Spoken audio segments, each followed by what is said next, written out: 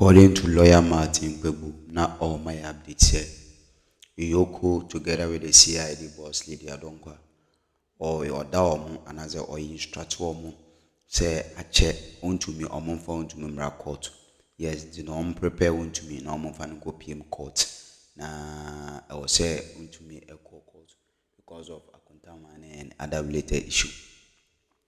In the update or the say the Akroma CID boss together with EOCO no and order almost say order and as or instruct almost say with immediate effect no prepare it to send Wontumi to court. Yes, prepare it and I say file a rate to send Wontumi to court. Yes, into Akroma and Chama Wontumi update and say they will still review how things are going underground. Stay tuned, stay connected. You could tell lawyer Martin Kpebu and a year after election reactions. Stay tuned. The ports are using arbitrary exchange rates in a manner that is undermining the huge government's effort aimed at bringing down the cost of doing business, and shippers have been complaining. Wow. Look, try. When in Rome, you do as the Romans do. Ghana is a sovereign nation. We have our laws. You must work within our laws, and we'll do all we can to ensure that you are adequately regulated to comply with our laws, as a sovereign country. With this, thank you very much. And I do appreciate it. Congratulations to our colleague, my good friend, Musa Dankwa. When you started your polling, people were calling you Lotto forecaster. But now it is clear, decidedly clear, that in Ghana now, when we are talking about posters, you are the first. And I thank you very much, Professor Jampo. But your initial words are important. In fact, this week the president had cause to raise the same concerns as you have re-echoed this morning. So, yes, unless, of course, if you want to talk about anything Shippers Authority the next time, you just have to pay for it.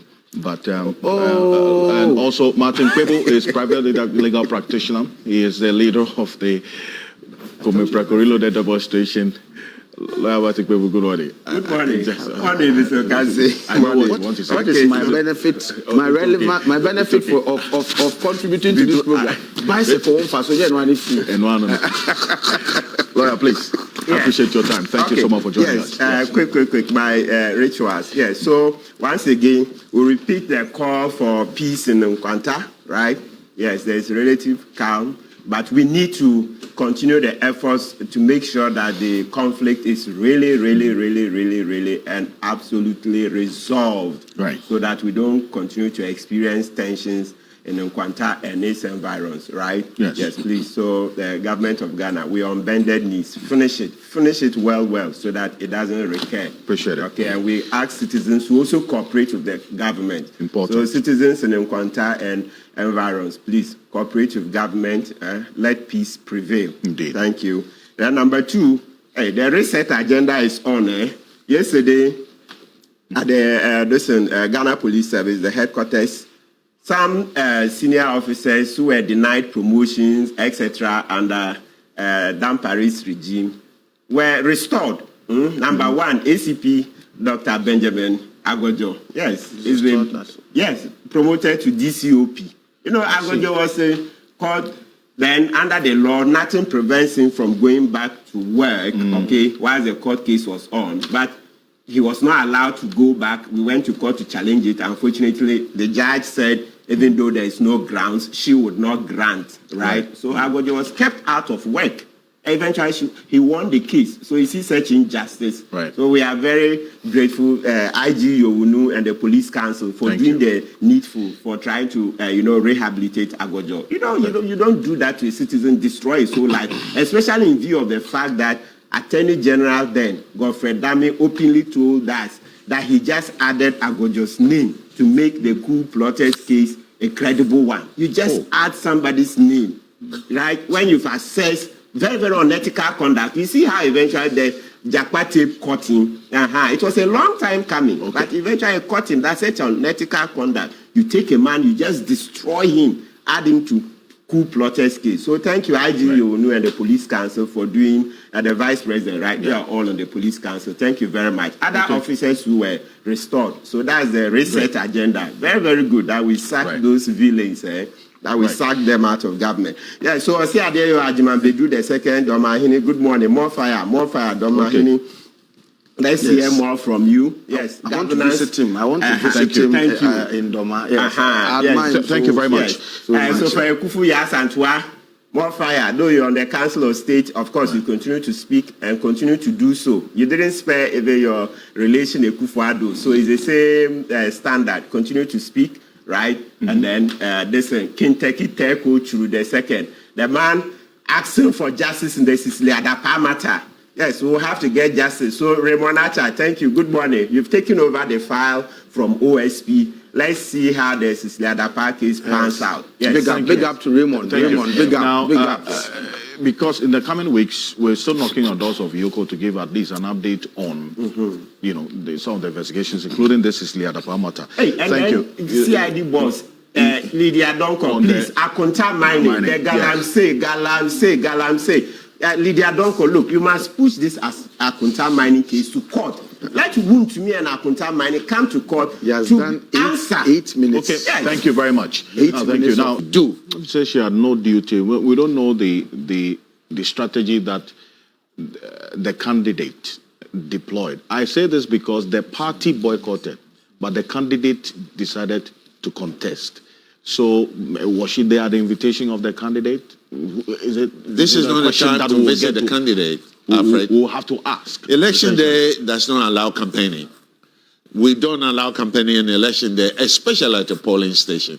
So what are you doing there? For me, I think the visit was unnecessary. The visit of all the party officials on both sides was totally unnecessary because it brings down the maturity of our democracy. I can't speak too well to that because Professor Gambo is here and I know he will address that. Because if you want to have a mature democracy, you can't have government officials, party echelon going to polling stations on election day. What were they all doing? I blame the IGP and his men for this because if that altercation had not happened, nobody would have gone there. Because they went there maybe to help to solve the problem, but the event should not have happened. They should have created barriers. If you are not voting, you are not allowed to go beyond this barrier. And that would have contained any kind of suspicious activity because the public, the NDC supporters were afraid that knowing her history, she was probably there to maybe do some finagling, and they didn't want to see that. Spraying the people with pepper spray wasn't correct because pepper spray is a weapon. Some people are allergic to pepper, and if you put it in their eye, they could end up dying, having a heart attack. So if she had a gun, and we thank God she didn't have a gun, because what happened in Kaswa would have happened here at Ablekuma North. And this is the fault of Ghana police. What? They should have inspected everyone, their bag, their everything. But because of the big man, big woman, stupid syndrome that we have in this country, they allowed her to go without searching her. What about if she had a knife in her bag and shook somebody with it? We have to go beyond that big man, big woman syndrome and treat everybody as equal before the law and before the people, so that we don't allow excesses like this to happen to our democracy. Because if you look at this video, and let's put the video on the screen. Let's go back. Let's rewind this video. It gives us an idea. Right from the entrance, look at that. And the people just forced their way in with the number of policemen at the entrance. Yes, and even while she was standing, that's how I come in the white and the jeans, she had a policeman near her talking to her. So it comes back to the point you were making about the search and everything. So that's where you see her hand up spraying that substance, which was now reported to be pepper spray. Yes. And that got to this reaction. How do you treat a former member of parliament like that? It's not correct at all. Let us, whether they are in parliament or out of parliament, give them the respect they deserve. For the police to even allow her to be pushed down, it shows that the police don't have that physical strength to resist this kind of encroachment. How many young men were there? And you could say that the young men seem to have control of the situation. I respect and I admire IG Yohano very much. And earlier yesterday in the morning, I had praised him for the work he was doing. And I believe that they didn't think of worst case scenario in every situation. Even when you go to a party, a wedding, think about a worst case scenario. Even in church, even in the mosque, because harm can come to you at the moment you think you're having the best time. So for me, going forward, they have to do better work, better homework, and the intelligence doesn't seem to be working. All of them, there should have been plainclothes policemen and women so that the public would not identify them so quickly.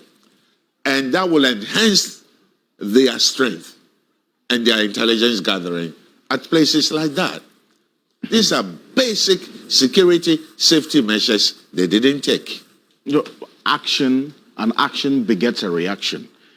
And because with the spray and then the reaction we're just seeing, all of that you say could have been prevented if the police was proactive and got the security strategy right, at least at this polling station, based on what we are saying now, correct? Yes, going forward at every polling station, whether you're a man, you're a queen mother, no handbag should be allowed to be taken there. Well, no briefcase should be allowed to be taken there in a polling station. Everybody should go empty with their hands. All we need is your thumb. We don't need anything more. Your handbag is not allowed. The police should insist on this, whether she's the queen mother of the biggest town in the country, they shouldn't. Whether she's MP, Speaker of Parliament, whoever the person is, no handbag should be allowed. No briefcase, no side bag should be allowed. So that you can see. And if we, situations like that, critical election times like that, we could have had a scanning machine. Because if somebody put a knife and hide them in their socks, you wouldn't see it. And before you know it, somebody is being choked with it. There are different angles of this video we are showing. So we're going to put the different angles on the screen. Also, the close-up shots as well. And then there was another incident that involved the deputy national organizer of the NPP as well. We'll show that in a bit. But I see that, okay, let me acknowledge the presence of Nelson Roxon Dafian. Well, thank you for joining us. He's the majority chief whip of this 9th parliament, the South Day member of parliament. Thank you. Good morning. Good morning. Great. Right. Good morning. Right. Thank you for joining us. Thank you. General. I didn't know that. Okay. 2029. Let's stay the focus. And then let me on it to my former senior and ex-senior. This is getting into executive. He has forsaken and abandoned me. I can't do that. But Martin hasn't. Thank you very much. Thank you. Take me to your hometown. Right. Thank you very much, gentlemen. Okay, so let me also indicate that Professor, that's a bigger pardon, Dr. Joshua Zato, then also the big man syndrome that he puts it, because in the end, there was an action that begot that reaction. And that's why in analyzing the video right from yesterday, I kept indicating that much of the video that's gone viral captured the reaction of the crowd against Howard Kumsin, but not much about what exactly happened. So what we did is to now circle the exact act. So take a look closely at where the red, let's rewind it a bit. Let's go back a bit. Now, closely at the red circle. The red circles, the first one circles the act of the spray, and then the second one circles the man who flew in the sky. Look at the that. spray. Yeah. And then that jump that has gone viral and got some reaction. Who is he? The gentleman who jumped. Yeah. I don't know. You and I were not there. But take a look at that. Well, I have seen it, but let's look at this within a broader context. In a developing democracy, elections are a do or die affair. Because he who wins election would have access to an ATM machine on his or her veranda. And so it's a bread and butter issue. The candidate herself, the supporters themselves. Because a developing country has its features of poverty and underdevelopment. Elections are a do or die, affair. Elsewhere, even in major electoral contestations, people don't care. They will go about their normal work, and then elections will go on. But here, everybody is thinking about what you are likely to gain from the outcome of the election. So it's always a do or die battle. And there is always the possibility of such do or die battles degenerating into chaos and violence. Now, in fledgling democracies, if you want to forestall or if you want to minimize some of Amada Ablekman for so say Omunya GDA women na ekwa na ye ko omudina mechi Amada party penny phone now so ase Madam Madam Valerie Soya ase the party penny for regional executives, national executives, lawyer for Obi Amekasa mi bubodiya Ebi Amebobi Mejebi, the police, the media. I think the media did a great job during the recollation. Mona Modini Mabebre etu bear because Sankamuni maybe our voices will not be heard and then the wrongs will not be exposed. I am so excited about the work the media did during that period. Well, that's a wrap now, Ben. Then. Now, joining me in the studio is, as you have seen already, Musa Dankwa, Executive Director of Global Info Analytics. Also, we have Dr. Ishmael Norman. He is the founder and president of the Institute for Security, Disaster and Emergency Studies. He's a lecturer at the Ghana Armed Forces Command and Staff College. Dr. Ishmael Norman, good morning. Welcome. Good morning. Thank you so much. I'm well, thank you. It's good to have you this morning. Also, joining us is a professor of political science as first, before anything else, as he reminds me every day. He is the chief executive officer of the Ghana Shippers Authority and also a man you would see on a bi-weekly basis here on Key Point. Professor Ransford Jampo. Good morning. Welcome. Morning.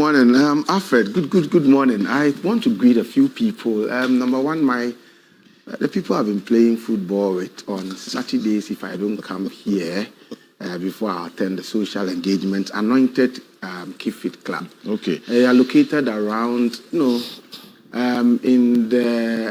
play on the Madina La Nkwantanang school park every Saturday, where I would drive or ride through the market and go and play with them. Ose Kuju and Co. My regards to you. Then, those I've been playing with also on Sunday afternoons, work fit in front of a Kwafo Hall and XB, including Martin, people who doesn't know how to play football, but he always comes to warriors on the field. And my rival, Selassie, he is a defender. I am a winger, the best winger at work fit. And I'm now, I think, the 7th top scorer, on the pitch. Thank you. My regards to you guys, at work fit. But generally, let me say something briefly about what we've been doing this week. Some shipping lines. Subscribe to my YouTube channel, like and share, and follow, comment, share, man. Every brand I can make tea for you, at stay tuned, stay connected. Chama Wontumi, Akroma, and ED, because Chama Wontumi case, so many people are interested, but so far until assembly nti nkɔmɔ a aba ne sɛ Chama Wontumi ne sɛ yɛnkye Chama Wontumi, yes, yɛnkye Chama Wontumi. Just say will be stay tuned. Sorry, and as I ever Chama Wontumi ɛnyɛ dɛ ɛnkɔ court. I'm unsure.